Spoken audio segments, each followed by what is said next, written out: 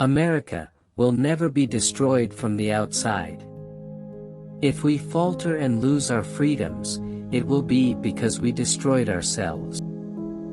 I am a slow walker, but I never walk back.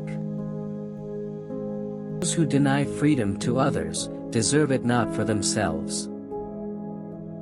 I have always found that mercy bears richer fruits than strict justice. If you once forfeit the confidence of your fellow citizens, you can never regain their respect and esteem. It is true that you may fool all of the people some of the time, you can even fool some of the people all of the time, but you can't fool all of the people all of the time. You have to do your own growing no matter how tall your grandfather was. Nations do not die from invasion, they die from internal rottenness. Nearly all men can stand adversity, but if you want to test a man's character, give him power.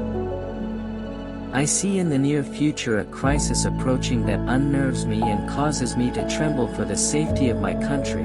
Corporations have been enthroned and an era of corruption in high places will follow, and the money power of the country will endeavor to prolong its reign by working upon the prejudices of the people until all wealth is aggregated in a few hands and the republic is destroyed. We the people are the rightful masters of both Congress and the courts, not to overthrow the Constitution but to overthrow the men who pervert the Constitution. You must remember that some things legally right are not morally right. Better to remain silent and be thought a fool than to speak out and remove all doubt. If you have never failed, you have never lived. Kindness is the only service that will stand the storm of life and not wash out. I know there is a God, and that He hates injustice and slavery. I see the storm coming, and I know that His hand is in it. If He has a place and work for me, and I think He has, I believe I am ready. In 1841 you and I had together a tedious low-water trip, on a steamboat from Louisville to St. Louis.